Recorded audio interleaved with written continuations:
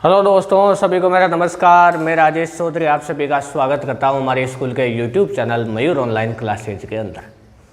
तो भाई आज की क्लास के अंदर हम कुछ छोटे सवालों के बारे में बात करेंगे। जैसे अभी तक हालांकि हमारे वो ये चैप्टर वगैरह चल रहा है, लॉकडाउन की वजह से आपको पता है जितना ऑनलाइन से आप पढ़ सकते हो उतना पढ़ें, बाकी और कोई दूसरा उपाय नहीं है, वरना आपका समय ख़राब हो जाएगा। और इस टाइम के अंदर जो बच्चा पढ़ लेगा ना वही हमेशा आगे रहेगा, चाहे वो केवल एजुकेशन सेक्टर में नहीं, हर सेक्टर के अंदर, चाहे वो आपके कोई भी किसी प्रकार का बिजनेस वगैरह हो। जो इस टाइम पे जो आदमी या जो ये धीरे धीरे चल रहा है ना, वो अपने आप ही अपने साथ वालों को पीछे छोड़ देगा। तो इस टाइम का आप अभी बहुत ही अच्छे से यूज करो। और ऑनलाइन ही एक ऐसा तरीका है जिससे आप पढ़ सकते हो यूट्यूब पर, है ना। और यूट्यूब है, कई प्रकार के ऐप है, तो उनको छोड़ो, हमारे वैसे क्लासें चल रही है तो इन पर सारा कुछ आपको मिल जाएगा। तो आज देखो कुछ हमारा छोटा सवाल है। जैसे हमारे जो पहला चैप्टर है उसमें से बोर्ड में आ भी चुका है ये।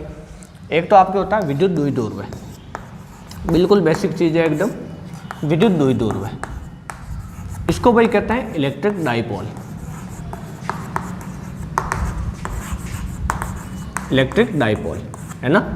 ये भाई विद्युत द्विध्रुव क्या होता है, तो इसकी डेफिनेशन क्या होती है कि जब समान परिमाण और विपरीत प्रकृति के आवेश, जब समान परिमाण मतलब ये भी Q है तो ये भी Q, Q1 Q2 नहीं हो सकते। अगर ये 2 कूलाम है -2 कूलाम तो ये +2 कूलाम, अगर ये 4 कूलाम -4 है तो ये +4 है, मतलब दोनों हमेशा बराबर होगा। अब देखो इसके अंदर ये जो विद्युत द्विध्रुव है, यानी इस प्रकार का जो सिस्टम है, इसी को क्या कहते हैं वास्तव में विद्युत द्विध्रुव, कि जब समान परिमाण के और विपरीत प्रकृति के आवेश एक दूसरे से अल्प दूरी पर स्थित होते हैं तो इसे क्या कहते हैं, विद्युत द्विध्रुव कहते हैं। ये हमारे जब आगे हम जब हमने चौथा वगैरह चैप्टर पढ़ा था ना, धारिता वगैरह वाला, तो उसके अंदर हमने पराविद्युत पदार्थ वगैरह बारे में पढ़ा था। उस समय ये विद्युत द्विध्रुव बहुत काम के होते हैं। इसको समझे बिना उनकी व्याख्या नहीं हो सकती कि ये वास्तव में ऐसा होता क्यों है, क्यों वो विद्युत प्रभाव प्रदर्शित करते हैं वगैरह सारे, है ना। पूरा मैंने आपको डिटेल से बताया था उसके अंदर। तो ये आपका -Q है, ये +Q है, दोनों परिमाण में बराबर होने चाहिए, प्रकृति में विपरीत होने चाहिए। तो विद्युत द्विध्रुव क्या हो गया, विद्युत द्विध्रुव की डेफिनेशन ये हो गई कि जब दो समान परिमाण और विपरीत प्रकृति के आवेश एक दूसरे से अल्प दूरी पर स्थित होते हैं तो इस निकाय को क्या कहते हैं, विद्युत द्विध्रुव कहते हैं। इसके बीच की दूरी हम d या 2a मान सकते हैं, आपकी मर्जी है जिस हिसाब से, है ना। तो ये विद्युत द्विध्रुव का आपके चित्र हो गया। अगर ऐसा सवाल आ जाए तो इसकी डेफिनेशन लिखनी है, उसके बाद में आपको ये डायग्राम बनाना है। अब इसके एग्जाम्पल क्या हो सकते हैं, बिल्कुल एकदम, यानी ये बिल्कुल एकदम रियलिस्टिक चीज़ है, कोई कल्पनाशील चीज़ नहीं है। अब देखो इसमें एक तो HCl हो सकता है, एक NaCl हो सकता है, एक आपका KCl हो सकता है, ये सारे विद्युत द्विध्रुव होते हैं, है ना। और जो विद्युत द्विध्रुव है ना, वो विद्युतीय रूप से उदासीन होता है। मतलब HCl एक अणु है, तो ये अणु जो है वो विद्युतीय रूप से उदासीन होता है। क्यों? क्योंकि जब दोनों का योग करेंगे ना तो ये टोटल जो आवेश है वो कितना हो जाएगा, 0 हो जाएगा, और ये अणु उदासीन होगा। लेकिन इसमें ऐसा कुछ होता है H+ और Cl-, तो दोनों पे आवेश परिमाण में इस पे माइनस है और इस पे प्लस है ना। तो वो आवेश का इलेक्ट्रॉन सिद्धांत इसके अंदर लगा सकते हो चाहो तो आप। तो इसमें प्लस है, इसमें माइनस है, मतलब दोनों में जो आवेश है वो परिमाण में तो बराबर है लेकिन प्रकृति में विपरीत है, और इसलिए ये क्या है, एक विद्युत द्विध्रुव है। अब CO2 अध्रुवीय अणु है, आपको पता हो तो पराविद्युत पदार्थ वाला जो टॉपिक है उसके अंदर मैंने आपको बताया था, कॉपी के अंदर लिखवा भी रखा है, तो वहाँ जाकर देख सकते हो आप, है ना। तो ये हो गया आपका विद्युत द्विध्रुव। अब एक होता है विद्युत द्विध्रुव आगुण, मतलब इसका कहने का मतलब ये है कि विद्युत द्विध्रुव आगुण वास्तव में क्या है कि जैसे इसको पहले तो P से बताते हैं, और इससे डेफिनेशन होती है कि एक आवेश का परिमाण इंटू दोनों आवेशों के बीच की दूरी के गुणनफल को क्या कहते हैं, विद्युत द्विध्रुव आगुण कहते हैं। इसको P से डिनोट करते हैं भाई, किससे डिनोट करते हैं, P से। विद्युत द्विध्रुव आगुण, विद्युत द्विध्रुव आगुण, द्विध्रुव आगुण।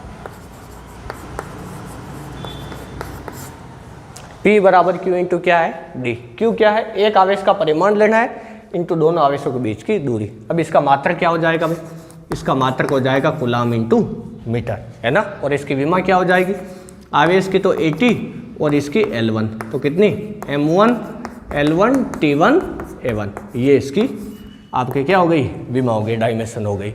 अब ये भाई सदिश राशि है, जो विद्युत द्विध्रुव आगुण है ना वो क्या है, सदिश राशि है, सदिश राशि है।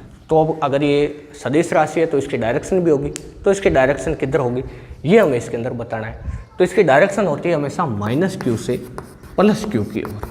मतलब आपको पता हो तो विद्युत क्षेत्र की जो डायरेक्शन होती थी ना, वो हमेशा प्लस क्यू से माइनस क्यू की ओर होती थी विद्युत क्षेत्र की।